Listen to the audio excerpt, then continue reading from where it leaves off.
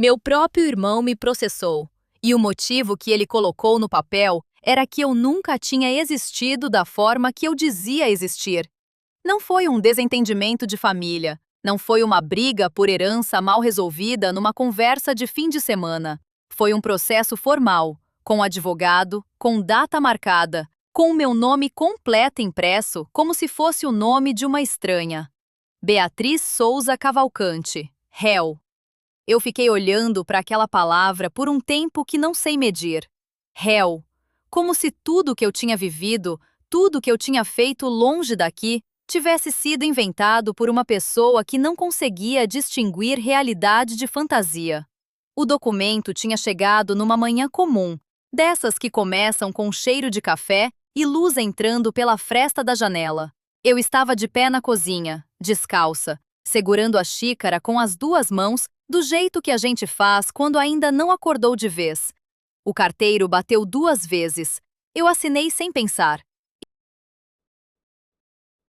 Abri o envelope em pé mesmo, encostada na pia, e li a primeira linha. Depois a segunda. Depois parei. Coloquei a xícara devagar na bancada porque senti que se eu não fizesse aquele movimento com cuidado, alguma coisa ia quebrar. E eu não sabia bem se era a xícara ou eu. Rodrigo, meu irmão mais velho. O filho que meu pai apresentava em qualquer reunião com aquele sorriso específico. O sorriso de quem tem algo valioso e sabe disso. Rodrigo tinha aprendido desde cedo a ocupar o espaço certo, a dizer a coisa certa, a nunca ser inconveniente. Ele entendia as regras não escritas da nossa casa melhor do que qualquer um. E a principal delas era simples: não complique o que pode ser simples. Não questione o que já foi decidido. Não seja o tipo de pessoa que faz as outras se sentirem desconfortáveis só por existir do jeito que existe. Eu nunca aprendi essa regra, ou aprendi e decidi ignorar, que no fim dá no mesmo resultado. O processo dizia que eu tinha me ausentado por anos sem justificativa verificável, que eu tinha retornado com uma história que ninguém podia confirmar e que agora eu estava tentando reivindicar parte da herança do meu pai com base numa trajetória que, segundo o documento, não tinha respaldo em nenhum registro público acessível.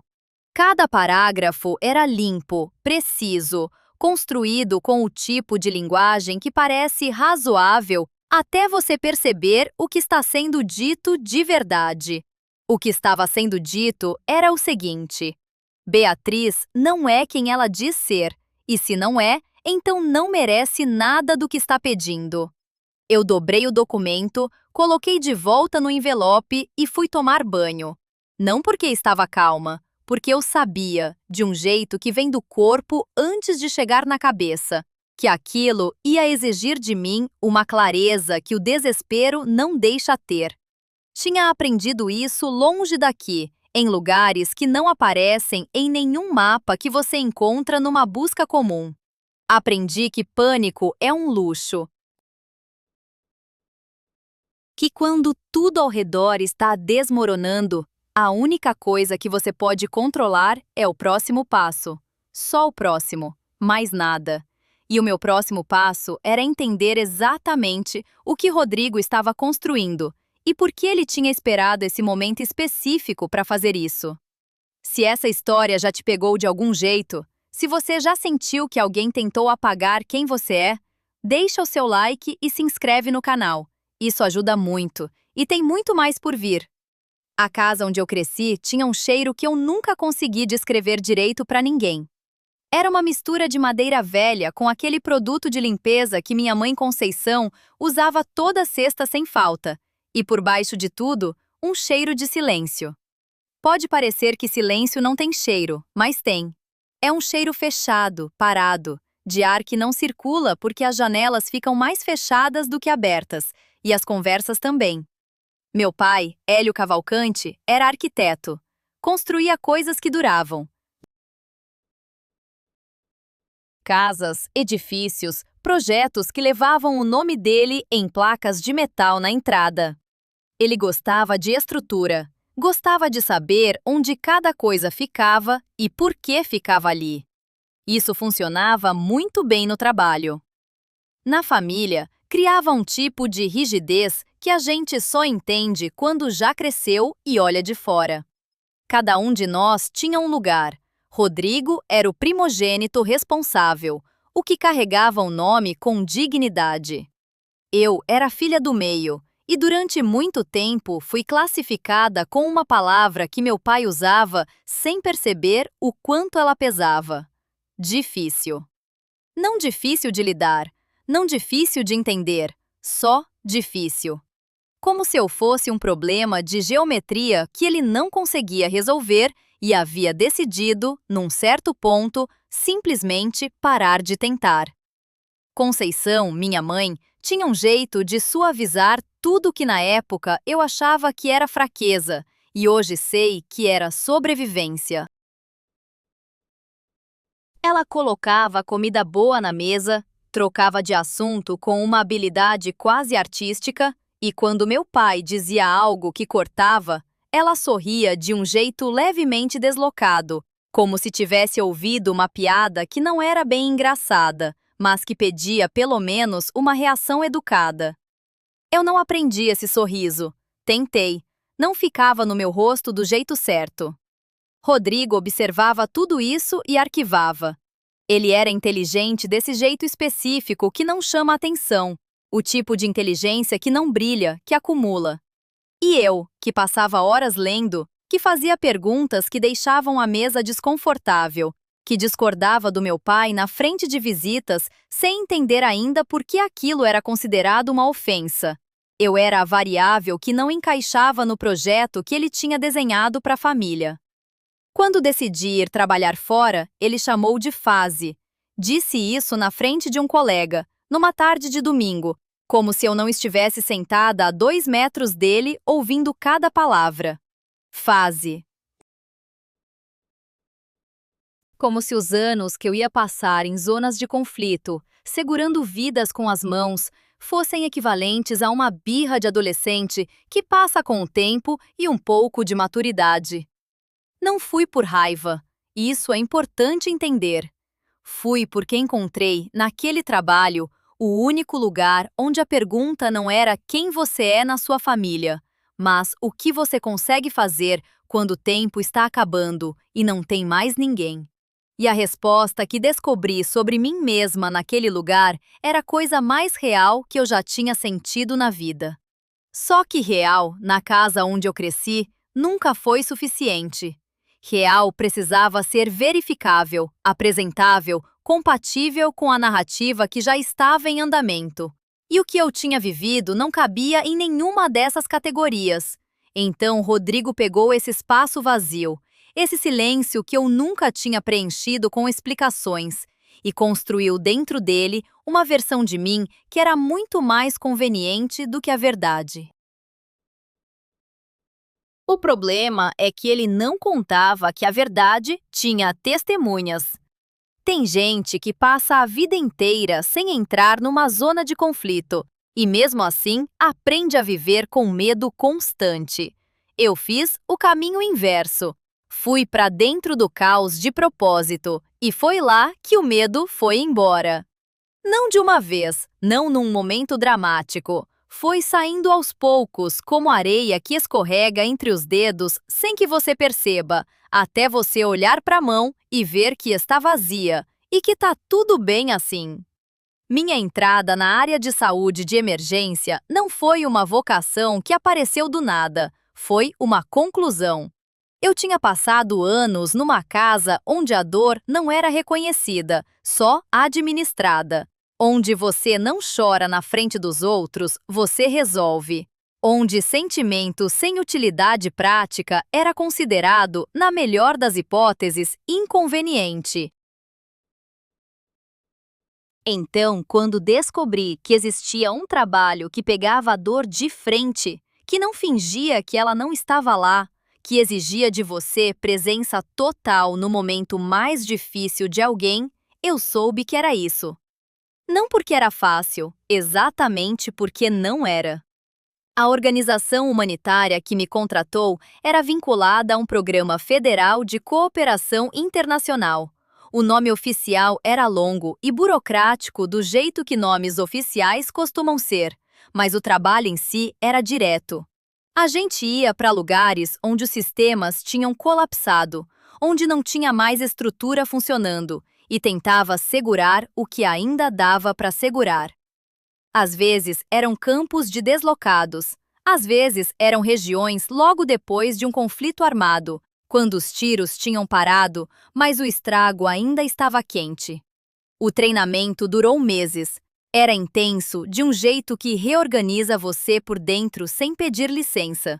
Você aprende procedimentos, protocolos e hierarquias de decisão quando o tempo está acabando. Mas aprende também uma coisa que nenhum manual ensina direito, que é como continuar funcionando quando tudo dentro de você quer parar. Isso não está escrito em nenhuma apostila. Você aprende fazendo, errando e observando as pessoas ao seu redor que já passaram por isso antes. A minha primeira missão foi num país que eu não vou nomear porque parte do acordo de atuação envolvia sigilo sobre localização e operação. Isso vai ficar mais importante mais para frente, pode anotar. O que posso dizer é que o calor de lá era diferente do calor que a gente conhece aqui. Era seco, pesado, do tipo que resseca o nariz por dentro e faz a garganta arder em silêncio. A poeira entrava em tudo, nas roupas, nos equipamentos, nos cabelos. Você lavava as mãos e 2 minutos depois elas já estavam cobertas de novo. Fiquei lá por quase 2 anos nessa primeira missão. Depois vieram outras. No total, passei 4 anos em campo, em missões que se sobrepunham, com períodos curtos de retorno para reintegração e avaliação psicológica obrigatória. Durante todo esse tempo, mandei mensagens curtas para minha mãe quando a conexão permitia.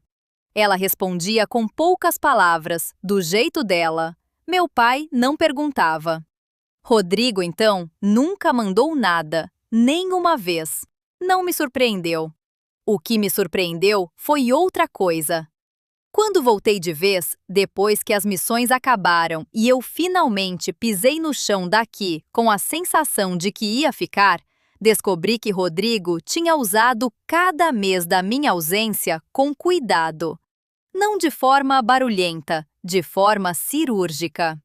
Ele tinha conversado com tios, com primos distantes, com vizinhos de infância. Não falava mal de mim diretamente, não precisava. Ele só deixava perguntas no ar. Você sabe onde a Beatriz está? Ela nunca explicou direito o que faz, né? Estranho não ter nenhum registro, nenhuma foto, nada. As pessoas completavam o resto sozinhas. E o que elas completavam era exatamente o que ele queria que completassem. A versão que circulava quando cheguei era mais ou menos assim. Beatriz tinha sumido, vivia de história, era instável, e agora tinha voltado porque o pai estava envelhecendo e a herança estava próxima. Limpo, eficiente, construído com paciência ao longo de anos, tijolo por tijolo, no silêncio que eu mesma tinha deixado sem preencher. E o pior não era que as pessoas acreditavam. O pior era que algumas delas tinham me conhecido a vida inteira e ainda assim preferiram a versão mais simples. Porque versões simples são mais confortáveis do que verdades complicadas. E Rodrigo sabia disso melhor do que ninguém. O que eu ainda não sabia era o quanto ele tinha planejado e que o processo legal era só a parte visível de algo muito maior que ele tinha construído nas sombras enquanto eu estava salvando vidas do outro lado do mundo. Eu entrei naquela sala de audiência sabendo que Rodrigo já tinha vencido antes mesmo de o juiz abrir a boca. Não porque ele tinha razão, porque ele tinha tempo. Anos de tempo, usados com precisão enquanto eu estava longe sem perceber o que estava sendo construído aqui. E tempo, quando usado por alguém paciente e calculista, vale mais do que qualquer argumento legal. A sala era menor do que eu esperava. Teto baixo, cadeiras de plástico duro enfileiradas atrás da divisória. Uma janela com persiana pela metade que deixava entrar uma luz meio amarelada que fazia tudo parecer mais velho do que era. Cheirava a papel, a ar parado, aquele cheiro específico de lugares onde decisões importantes são tomadas em silêncio burocrático. Eu cheguei cedo, sentei do lado esquerdo sozinha, com a mochila no chão ao meu lado. Rodrigo entrou alguns minutos depois com 2 advogados. Ele estava bem vestido, como sempre, com aquela postura de quem sabe que está sendo observado e gosta disso. Não me olhou quando entrou. Só depois de sentar, já acomodado, ele virou o rosto na minha direção por um segundo. Não foi um olhar de confronto, foi pior. Foi o olhar de alguém que está verificando se o planejamento está saindo conforme o esperado. O juiz Arnaldo Figueiredo entrou sem cerimônia, se sentou, ajustou os óculos e começou a folhear os documentos na frente dele com a calma de quem já viu muita coisa naquela mesma cadeira. Ele era mais velho, cabelos completamente brancos, mãos grandes que viravam as páginas com uma lentidão que parecia proposital. Quando ergueu os olhos pela primeira vez, varreu a sala inteira de uma vez só. E quando chegou em mim, parou. Não por muito tempo, mas o suficiente para eu notar. Não sei o que ele viu, talvez nada de especial. Talvez só uma mulher sozinha num lado da sala, sem pasta, sem advogado, sem a arquitetura de defesa que a outra parte tinha trazido. Mas aquele segundo a mais no olhar dele ficou dentro de mim como um detalhe que eu ainda não sabia como interpretar. A sessão começou. O advogado de Rodrigo se levantou com a desenvoltura de quem ensaiou bem. Voz firme, gestos medidos, linguagem que soava técnica o suficiente para parecer definitiva. Ele apresentou o argumento principal sem rodeios. Beatriz Souza Cavalcante declarou ter atuado em missões humanitárias internacionais por período superior a 4 anos. No entanto, nenhum registro público verificável confirma essa atuação. Nenhuma organização identificável por nome ou cadastro nacional consta como empregadora. Nenhuma documentação fiscal, previdenciária ou trabalhista foi apresentada correspondente ao período alegado. A requerida, portanto, não comprova a trajetória que usa como fundamento moral para sua reivindicação sobre o patrimônio familiar. Cada frase era uma parede. E as paredes estavam sendo erguidas, uma por uma, na minha frente, com uma velocidade que o silêncio da sala só amplificava. Eu não me movi. Aprendi faz tempo que movimento sem propósito entrega mais do que protege. Fiquei com as mãos no colo, a coluna reta, os olhos à frente. Por fora, calma. Por dentro, eu estava ouvindo cada palavra com aquela atenção específica de quem sabe que o inimigo está usando a sua própria ausência como arma. Porque era exatamente isso. Rodrigo não tinha inventado mentiras elaboradas. Ele tinha pegado os espaços vazios que eu tinha deixado, os silêncios que eu nunca tinha preenchido com explicações, e tinha colocado dentro deles uma dúvida tão bem posicionada que parecia fato. Não precisava provar que eu mentia, só precisava provar que eu não conseguia provar que dizia a verdade. E o problema real, o problema que eu tinha passado semanas encarando antes daquela audiência, era que ele estava tecnicamente certo. Os registros da organização onde trabalhei não eram públicos. O vínculo funcional estava classificado por protocolo de segurança. Eu não tinha contra-cheque, não tinha carteira assinada, não tinha nada que um sistema civil comum pudesse abrir e verificar em 30 segundos. Tinha a minha palavra. E a minha palavra, naquele momento, estava sendo apresentada como exatamente o tipo de coisa que uma pessoa instável e desesperada diria. O advogado terminou a fala inicial e se sentou. A sala ficou quieta por alguns segundos. E foi nesse silêncio que eu percebi algo que não tinha notado antes. Uma mulher na terceira fileira tinha parado de escrever. Não era repórter, isso eu conseguia ver pela forma como estava sentada, pela ausência de crachá, pelo jeito discreto com que observava tudo sem parecer que estava observando nada. Ela tinha uma pasta fechada no colo e os olhos fixos na frente, mas a caneta estava parada em cima do papel há tempo demais para ser coincidência. E quando o advogado de Rodrigo sentou, ela não escreveu nada. Só olhou para o juiz Arnaldo. Por um segundo. Rápido, direto. Do tipo de olhar que carrega uma pergunta que já tem resposta. Eu não sabia quem ela era, mas sabia, com aquela certeza que vem do instinto antes da lógica, que a presença dela ali não era aleatória. O advogado de Rodrigo disse uma coisa naquele momento que eu não consigo esquecer até hoje. Ele olhou na minha direção, abriu um sorriso pequeno e controlado e disse que ausência de prova não é prova de ausência. Mas nesse caso específico, a ausência era tão completa que se tornava ela mesma a evidência mais eloquente. A sala ficou quieta. Algumas cabeças concordaram sem perceber que concordavam. E eu senti aquilo pousar no meu peito como peso mesmo, denso, do tipo que não some rápido. Porque ele tinha construído uma armadilha elegante. Se eu provasse alguma coisa, seria suspeito demais, preparado demais. Se eu não provasse nada, a ausência falava por si. Era um laço que apertava nos dois lados. E a sala inteira estava assistindo sem perceber que estava sendo conduzida. O juiz Arnaldo ouviu tudo com aquela imobilidade específica dele.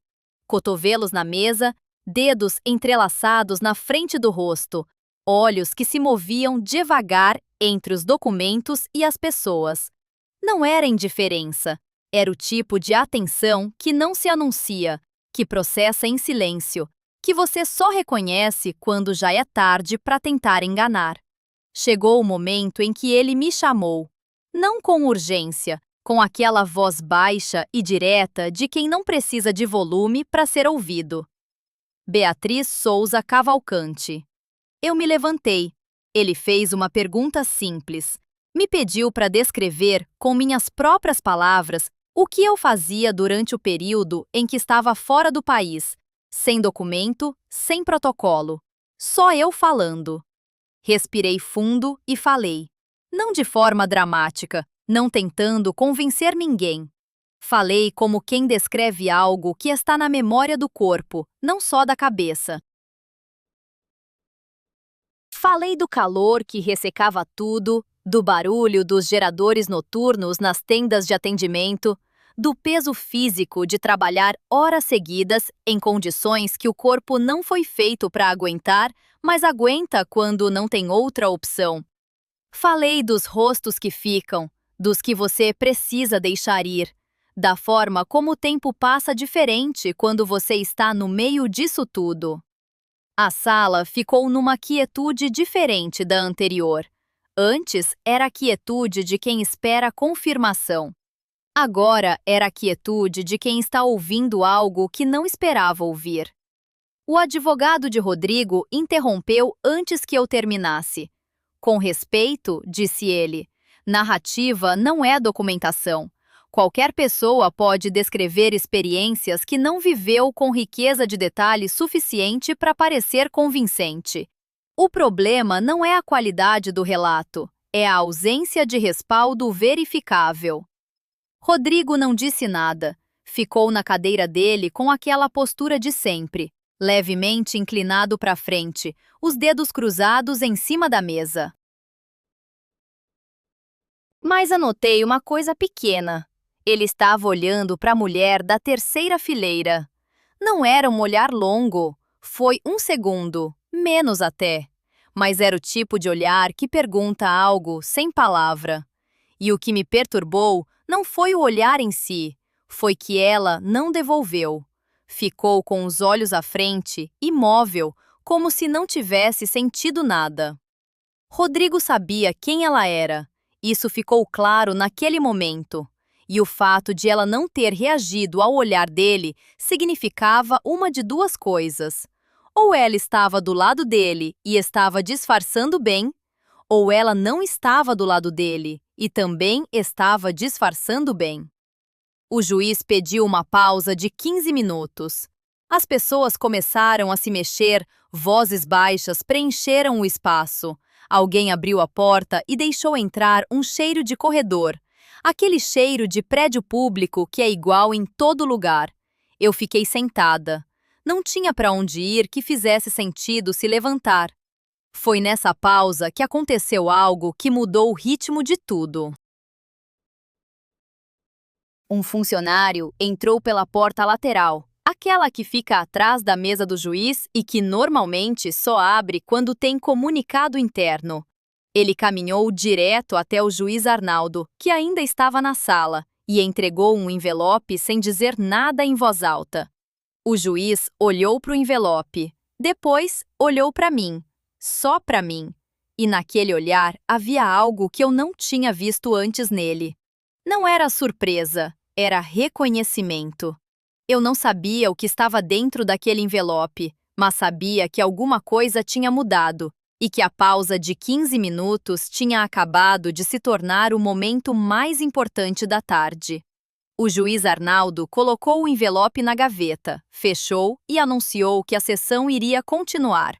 Rodrigo voltou para a cadeira com passos tranquilos, mas quando ele se sentou, cruzou os braços de um jeito diferente do que tinha feito antes, mais fechado, mais tenso, como se o corpo soubesse de algo que a cabeça ainda estava tentando calcular. E a mulher da terceira fileira, pela primeira vez desde que eu tinha chegado, abriu a pasta no colo e começou a ler alguma coisa com uma atenção que não era mais discreta, era urgente. Silenciosa, mas urgente. O tipo de urgência de quem está verificando se um detalhe específico está onde precisa estar antes de uma hora específica chegar. Aquela hora estava chegando. Eu conseguia sentir isso no ar da sala, espesso, carregado, como o céu antes de uma chuva pesada que ainda não caiu, mas que você já sabe que vai cair.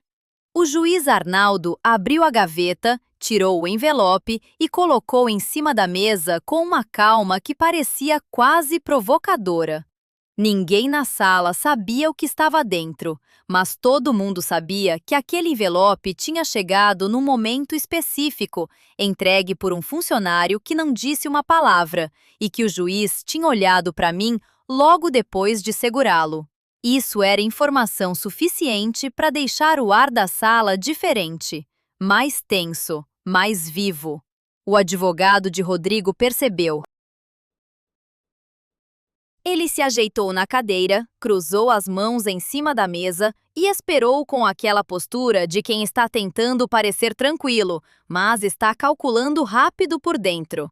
Rodrigo ficou imóvel, e a mulher da terceira fileira fechou a pasta devagar, como quem acabou de confirmar o que precisava confirmar. O juiz começou a falar, voz baixa, cadenciada, sem pressa. Disse que antes de encerrar os argumentos finais, havia uma questão de ordem que precisava ser tratada.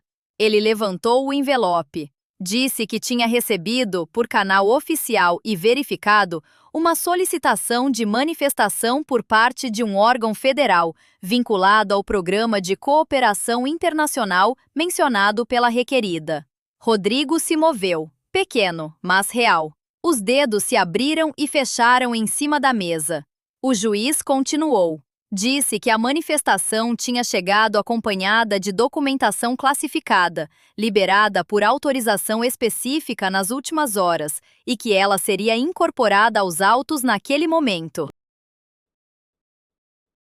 Ele abriu o envelope com cuidado, como se o gesto em si pedisse atenção, e começou a ler em silêncio por alguns segundos antes de levantar os olhos. Eu não respirei fundo. Não fiz nenhum gesto que entregasse o que estava sentindo. Aprendi faz muito tempo que os momentos que mais importam pedem exatamente isso: a capacidade de ficar parada por fora, enquanto tudo dentro está se reorganizando.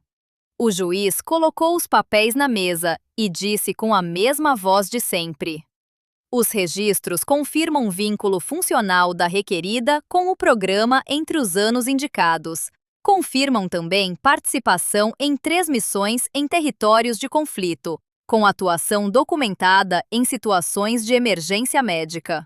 E confirmam, por fim, uma ocorrência específica registrada em campo, na qual a requerida atuou de forma decisiva no atendimento a membros da equipe durante um incidente com veículo da comboio.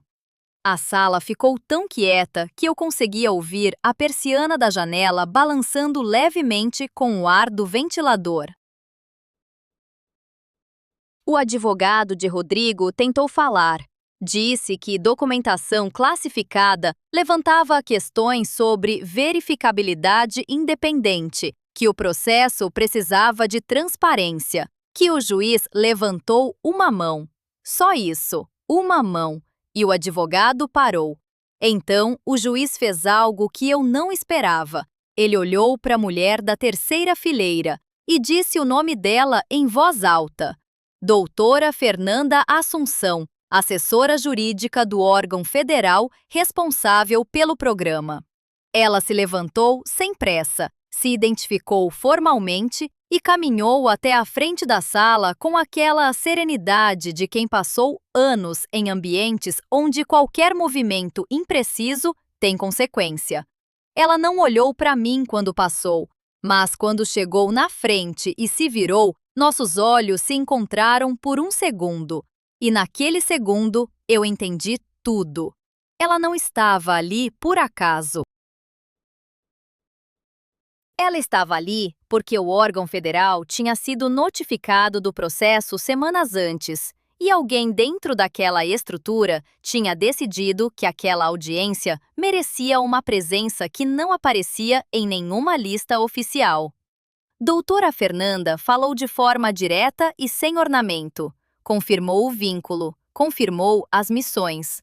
E então disse uma coisa que fez Rodrigo finalmente, pela primeira vez em toda aquela manhã, desviar o olhar da frente.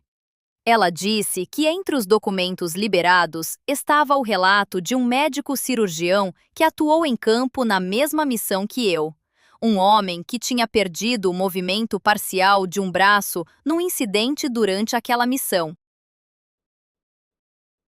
Ela disse que esse relato tinha sido colhido de forma voluntária, que ele tinha pedido para fazer parte da documentação quando soube do processo, e que o relato descrevia com precisão técnica e pessoal a atuação de Beatriz Souza Cavalcante, numa situação em que, segundo as palavras dele, qualquer outro resultado teria sido possível se ela não estivesse lá. Rodrigo colocou a mão no rosto, devagar, quase discreto, mas todo mundo viu. O juiz retomou. Disse que, diante da documentação apresentada e da manifestação formal do órgão responsável, os fundamentos do processo não se sustentavam. Disse que a reivindicação da requerida sobre o espólio familiar seria reconhecida dentro dos termos legais cabíveis. E disse que o processo iniciado pelo requerente seria encerrado com análise de mérito contrária à parte que o iniciou, o que significava consequências processuais que seriam comunicadas em despacho separado. Ele não usou palavras duras, não precisou.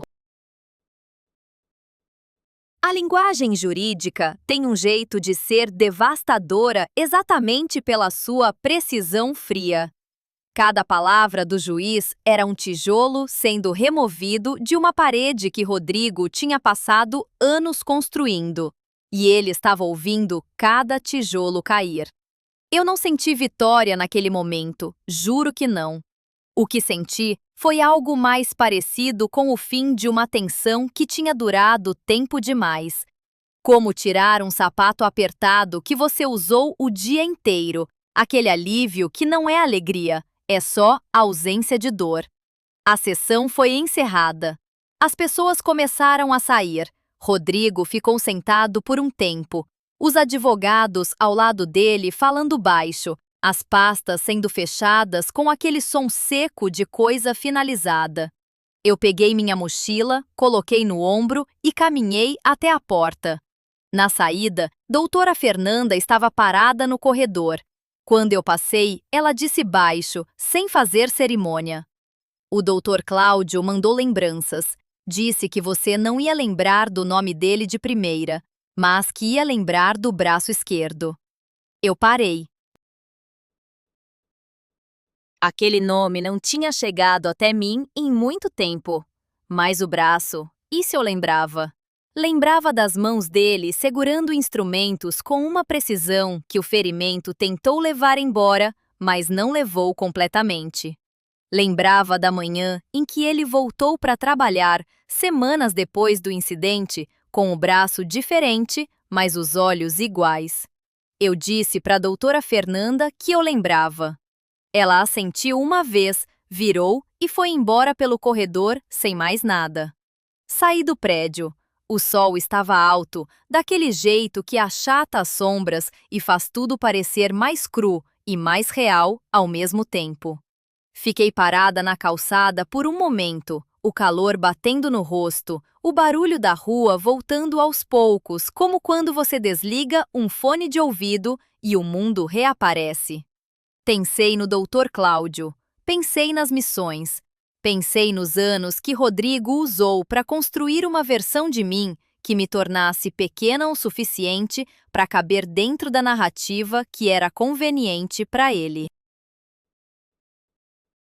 E pensei em quanto tempo eu tinha carregado o peso de não poder explicar, de não poder mostrar, de ter que confiar que a verdade ia aguentar sem precisar de defesa constante. Aguentou. Não porque eu fiz tudo certo, não porque o sistema funcionou perfeitamente, mas porque uma coisa que é real deixa rastros, mesmo quando esses rastros estão guardados em gavetas que só abrem com autorização específica. Você não apaga o que de fato aconteceu. Você pode atrasar o momento em que ele aparece, mas ele aparece. Liguei o celular. Tinha uma mensagem da minha mãe. Só 3 palavras. Eu estava errada. Mais nada. Não tinha pedido de desculpa formal. Não tinha explicação longa. Não tinha promessa de conversa futura. Só aquelas 3 palavras num fundo branco de tela. Li uma vez. Guardei o celular no bolso. E comecei a andar. Não tinha um destino específico naquele momento. Só a calçada na frente, o sol no rosto e a sensação estranha e boa de ser exatamente quem eu sempre fui, sem precisar provar isso para mais ninguém. Semanas depois, voltei a trabalhar.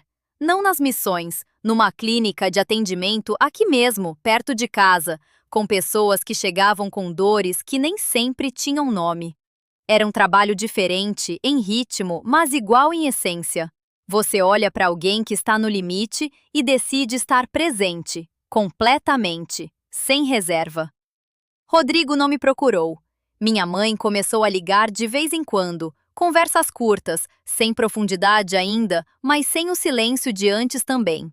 Meu pai, Hélio, mandou uma mensagem num domingo, dizendo que tinha lido o despacho do juiz e que ia fazer o que fosse necessário em relação ao espólio. Nada sobre o resto. Mas era um começo de algo, e começos às vezes são tudo que você tem para trabalhar. Tem uma coisa que aprendi com tudo isso e que não consigo parar de pensar. Quando alguém tenta te apagar, a arma que eles mais usam não é a mentira direta, é o silêncio que você mesmo deixou sem preencher.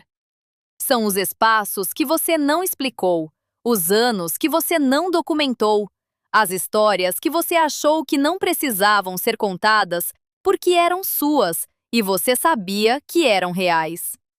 Esses espaços viram munição nas mãos de quem quer te reduzir. Mas aqui está o que eles não calculam. Verdade não precisa de plateia para existir. Ela só precisa de uma pessoa, num momento certo, que esteve lá e que ainda lembra. E essa pessoa aparece nas horas mais inesperadas, de formas que nenhum planejamento consegue prever ou bloquear. Você pode tentar apagar alguém, mas você não apaga o que elas fizeram pelas pessoas que ainda estão vivas por causa delas.